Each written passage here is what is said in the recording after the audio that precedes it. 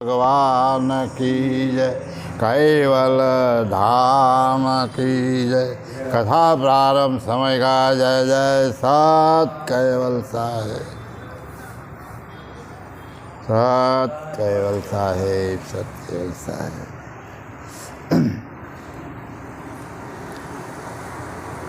परम कृपालु भगवान करुणा सागर कैवल ધામમાંથી કરતા માલિક કૈવલનો હુકમ પોતાના શિર ઉપર ધારણ કરી આ જગતના વિશે ભારત ભૂમિ ઉપર કુબેર સ્વામી નામનું પાત્ર ધારણ કરી અને આ જગતના વિશે આવીને સકરતા સિદ્ધાંત અને જ્ઞાન સંપ્રદાયની સ્થાપના કરી. અનેક જીવોના તારણહાર એવા જે પરમ ગુરુ આ હંસ તાલેવા ગ્રંથની અંદર જ્ઞાન બોધ આપતા કહે છે કે માતને તાત સુત ભ્રાતને ભારજા, કુટુંબ પરિવારને લાર લાગી, ઇન્દ્રિય સ્વાદને કારણે આપનું આપ ભૂલી ગયો કાં વાગી.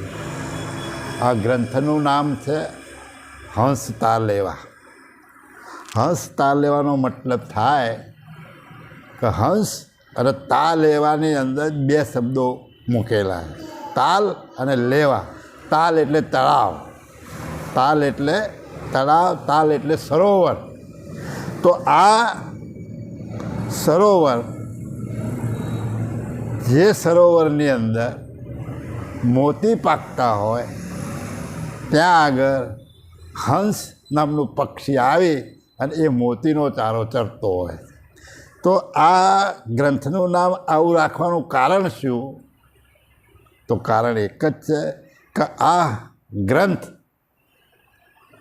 ગ્રંથ એક માન સરોવર રૂપી છે અને એની અંદર જે જ્ઞાનબોધ આપવામાં આવે છે, જે જ્ઞાનબોધ વાણી દ્વારા રજૂ કરવામાં આવ્યો છે, એ જ્ઞાનરૂપી વાણી મોતી સમાન છે. અને એ મોતીનો ચારો હંસ જેમ ચરતો હોય છે તેમ આ ગ્રંથમાંથી આ જિજ્ઞાસુજનોમાં, માનવ તનુધારી જીવાત્માઓમાં જે હંસ ગતિના પુરુષો છે એ આ જ્ઞાનને સમજી શકશે. એટલે આ ગ્રંથ એક અમૂલ્ય ગ્રંથ છે અને એ ગ્રંથની જે જ્ઞાન છે એ સમજવા માટે દરેકે પ્રયત્ન કરવાનો. તો આ વિશ્વબોધ કરનન કો અંગ, પહેલું જ અંગ તો શું કહે છે કે વિશ્વબોધ કરનન કો અંગ. આખા વિશ્વના માનવતાધારી જીવાત્માઓને આ બોધ આપવામાં આવે છે અને આ જ્ઞાન બ્રહ્માંડભરના આ જગતના જેટલા માનવ તનુધારી જીવાત્માઓ છે એ બધાને આ જ્ઞાન લાગુ પડે. તો આ જ્ઞાન કેવી રીતે સમજાવે છે બાપજી? કે આ શરીરોની અંદર આ શરીરને ચલાવનાર જે ચૈતન અંશ જે છે એ ચૈતન અંશ કોણ છે, શું છે, કેવો છે? અને આ જગત તમને જે દેખાઈ રહ્યું છે એ જગતનો બનાવનાર કોણ છે? તો આ શરીરને ચલાવનાર અંશ અને આ જગતને બનાવનાર કરતા માલિક કોણ છે એની ઓળખ આપવા માટે દયાળુએ 15 ગ્રંથોની રચના કરી. હવે આ જ્યારે જગતની રચના કરી કરતા માલિકે અને 84 લાખ પ્રકારના જે ઘાટ બનાવ્યા, એ ઘાટોની અંદર ચૈતન અંશને વસાયો અને એ ચૈતન અંશ આ ઘાટના સંબંધવાળો થવાથી એ પોતાનું સ્વરૂપ ભૂલી ગયો છે કે આ શરીરમાં હું કોણ છું.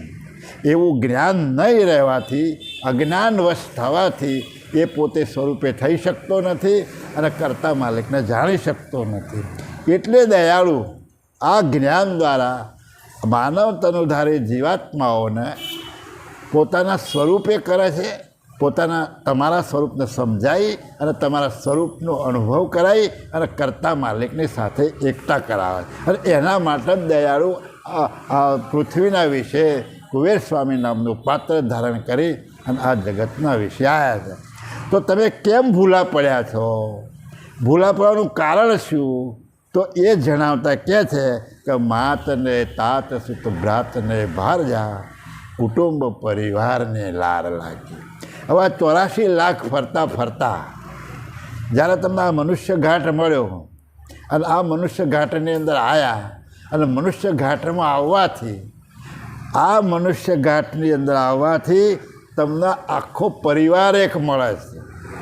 જે ઘેર તમે જન્મ્યા, જે માતાના શરીરમાંથી આ શરીર તમારો જે જન્મ થયો શરીરનો, એ શરીરના બધા જ સંબંધી એ માતા પિતાના સંબંધી હતા, એ બધા તમારા સંબંધી થયા. જે શરીરમાંથી આ ઘાટ ઉત્પન્ન થયો એ માતા, જેના દ્વારા ઘાટ ઉત્પન્ન થયો છે પિતા, અને એના દ્વારા બીજા જે ઘાટ ઉત્પન્ન થયેલા છે કોઈ ભાઈ, કોઈ બહેન, આ રીતે, અને એમના જે સગાવાળા છે કોઈ મામા, કાકા, માસી, ફુવા, ફોઈ, આ બધો જ પરિવાર તમને લાગુ પડ્યો. અને એની સાથે સાથે તમે આ ઘાટમાં આવવાથી જ્યારે તમે ઉંમરલાયક થયા અને સમજ આવી, એ સમજણ આવી ત્યારથી જ આખો કુટુંબ પરિવારનું લારું તમને લાગેલું.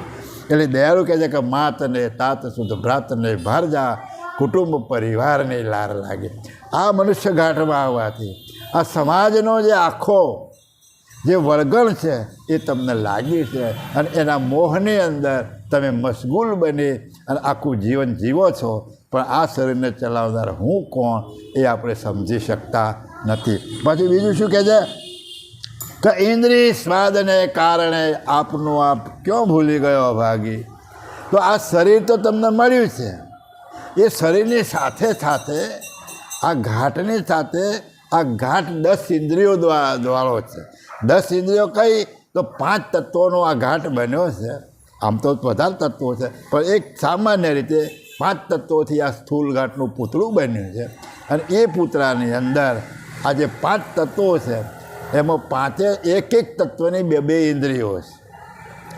જળ તત્વની 2 ઇન્દ્રિય છે, રસ એટલે રસના અને ઉપસ્થ. અગ્નિ તત્વની 2 ઇન્દ્રિય છે, આંખ અને પગ. પવન તત્વની 2 ઇન્દ્રિય છે, હાથ અને ત્વચા. અને આકાશ તત્વની 2 ઇન્દ્રિય છે, મુખ અને કાન. આ 10 ઇન્દ્રિયો છે. અને આ 10 ઇન્દ્રિયોની અંદર રજોગુણની 10 આકાંક્ષાઓ રહેલી છે. અહીંયા શ્રવણ આકાંક્ષા, કાનમાં શ્રવણ આકાંક્ષા, નેત્રમાં રૂપ નિરીક્ષણ આકાંક્ષા, નાસિકાએ સુગંધ આકાંક્ષા, જીભની અંદર સુધા પીપાસા ઉચ્ચાર આકાંક્ષા, મુખમાં સુધા પીપાસા આકાંક્ષા, હાથમાં ગ્રહણ આકાંક્ષા, ચામડીમાં શીત ઉષ્ણ આકાંક્ષા, મળ વિસર્જન આકાંક્ષા, વિસર્જન આકાંક્ષા, ગમન આવી બસ 10 આકાંક્ષા. અને આ 10 આકાંક્ષાઓના કારણે 10 ઇન્દ્રિયોની જે મોજ આવે છે એ મોજની અંદર તમે આખું જીવન મશગુલ થઈ અને વિતાવો છો. અને એ મોજની અંદર હું કોણ છું અને મારા જગતનો સર્જનહાર કોણ છે એનું જ્ઞાન, એનું ભાન આપણને રહ્યું નથી. એટલે આ જીવન આખું આપણે આ એક અજ્ઞાનવશ, નિંદ્રાવશ, અજ્ઞાનથી ભરેલું જીવન આપણે પસાર કરી અને ફરી પાછું 84નું ચક્કર ચાલુ છે. એટલે દયાળુ આ ચક્કરમાંથી છોડાવવા માટે, મોક્ષ આપવા માટે, મુક્ત થવા માટે, તમારા સ્વરૂપની ઓળખ માટે, અને સ્વરૂપની ઓળખ થાય તો તમે સર્જનહાર માલિકની એકતા કરી એનું જ્ઞાન આપવા માટે આ ગ્રંથોની રચના કરી અને તમને સમજાવે છે કે આ તું આ ઘાટમાં આવ્યા પછી, આ ઘાટમાં આવ્યા પછી તું આ ઘાટ રૂપ બની ગયો. અને તારા સ્વરૂપનું ભૂલવાનું મૂળ કારણ શું? તો એનું મૂળ કારણ આ 10 ઇન્દ્રિયોની મોજ અને આખું જે કુટુંબ પરિવાર છે એ કુટુંબ પરિવારનું જે લારું લાગ્યું છે એના હિસાબે આપણે પોતે પોતાના સ્વરૂપને ભૂલી ગયા. હવે આ સ્વરૂપને ઓળખવું હોય તો આ જગતની અંદર ઘણા મતપંથો ચાલી રહ્યા છે. આ જગતની રચના થઈ ત્યારથી જ આ જગતના મહાપુરુષો આ શરીરને ચલાવનાર વસ્તુ શું છે, ચેતન કોને કહેવાય, આત્મા કોને કહેવાય, એની શોધ કરતાં કરતાં જે જ્ઞાન એમણે પ્રાપ્ત થયું એ જ્ઞાન ગ્રંથો મારફતે જગતના જીવો માટે એ મૂકી ગયા.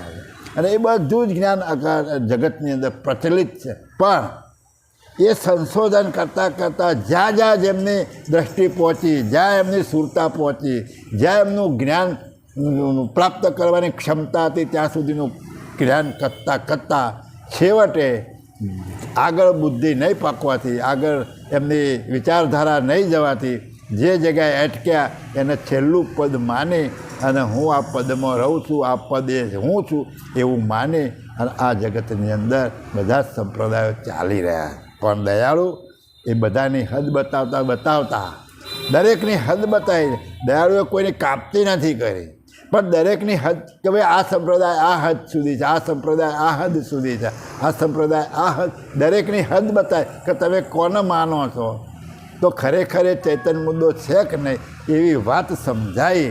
અને દયાળુ પરમ ગુરુ આપણને આ ગ્રંથ દ્વારા આ જ્ઞાન સમજાવવાનો પ્રયત્ન કરે છે.